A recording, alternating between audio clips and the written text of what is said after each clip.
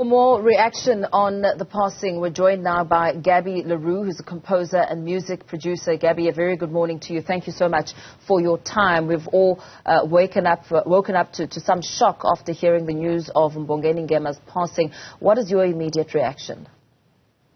Good morning to yourself and your viewers. And yes, got the news late last night, and honestly still reeling this morning. It is just so shocking that, just a few days after we lost someone like Zahara and so many legends over the last 2-3 years that we've lost, and yet another one taken from us so brutally and so unexpectedly. I can only give my condolences to the family and all his followers and his beloved around the world. This is a guy who made very deep footsteps, treaded footsteps around the globe, and shocking to have lost him so unexpectedly. Perhaps talk to us, Gabi, about your working relationship with Mbongeni Ngema over the years. Well, Mbongeni and I, we are age-wise, we are contemporaries, and unfortunately, our paths didn't cross until about 7-8 years ago, where the focus point was around the Copyright Amendment Bill. For those who have followed that bill, it's already almost the end of the second administration that's been dealing with this bill. It's actually two bills, the Copyright Amendment Bill and Performance Protection Amendment Bill, and they are interlinked. And the president still hasn't been able to sign this. And Mbongeni and I, are some of the leading elders, in fighting for just to retain some sort of control for composers over their works, obviously against the threat of the very controversial fair use inclusion in the bill. So I worked with him in an activist sense, and we had some very, very intense discussions around this issue. But, without, going too deeply into that, I can just say to you that my memories of this man is one of humility, kindness, and just being so approachable, and absolutely being undaunted in the face of having to face the cause for people who are disenfranchised, and particularly in the arts and creative and cultural community. I have to say that we've lost a great ally in that battle that is still ongoing. And we've got a lot of unfinished business there too. And also in terms of just the general equality of our population, 30 years after democracy, the fight is not over. Yeah. In your fight as the leading elders and his role, as well as yours as an activism, what qualities did you pick up from Mbongeni Ngema? I mean, you speak about his personality, but in terms of characteristics, he himself spoke a great deal about how the youth and upcoming actors and composers and so forth within the industry needed to take advantage of the elders and learn from them. What did you pick up from him? Yeah, we did cover that to some extent as well.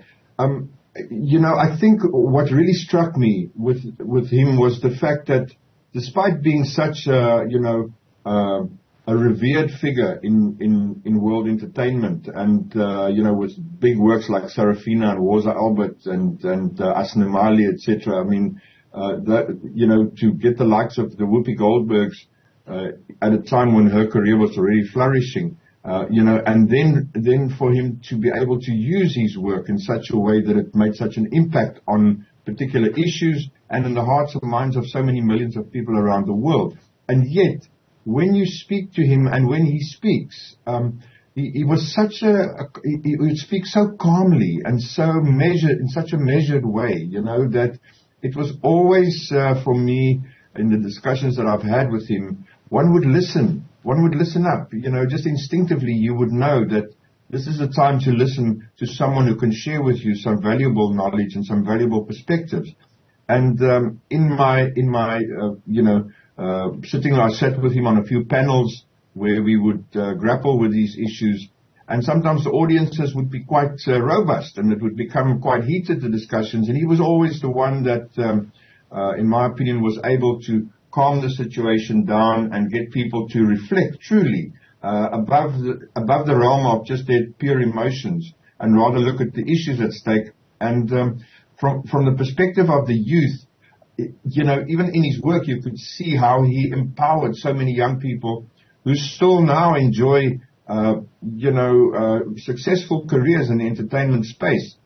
I'm just really sorry that I don't think if you compare him to his peers within other countries, particularly Western countries and like America, who dominates world entertainment to such an extent, that he ever received, beyond the respect and the acclaims, that he never really received the economic acknowledgement to put him in a position to empower more young people. And that really is the biggest tragedy, I think, also in terms of losing him. And the legacy that he leaves behind for us is to reflect on that, is that the youth as well need to understand the value of the elders, but likewise, us as elders need to understand how we can learn and, take hands with younger generations to go forward in this technologically fast developing environment that we find ourselves in, to not become victims, but to rather benefit from technological advances, etc.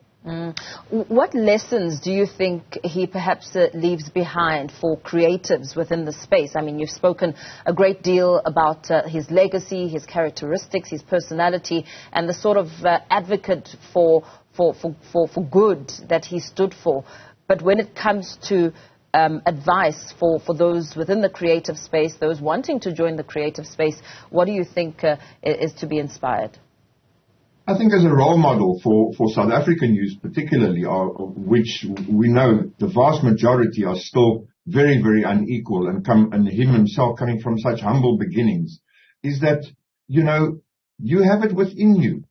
If you walk through the doors that are presented to you, if you take the opportunities that are presented to you, there's always a way to improve your circumstances and to rise above the restrictions that society and an unequal environment may place on you. So I think more than anything else, for me, I would say to those of us left behind and looking at his legacy, is the element of hope and endurance, and just sticking to your convictions, sticking to your plan. Find your space, find your message, and go with that for a lifetime. And that will take you in the right places and make your work a valuable asset to our environment, to our community. Gabi le Roux, let me thank you for your time and contribution there. Gabi le Roux, of course, a music composer and producer, speaking in the wake of the passing of Mbongeni Ngema. We will continue throughout the course of the morning to get you more reaction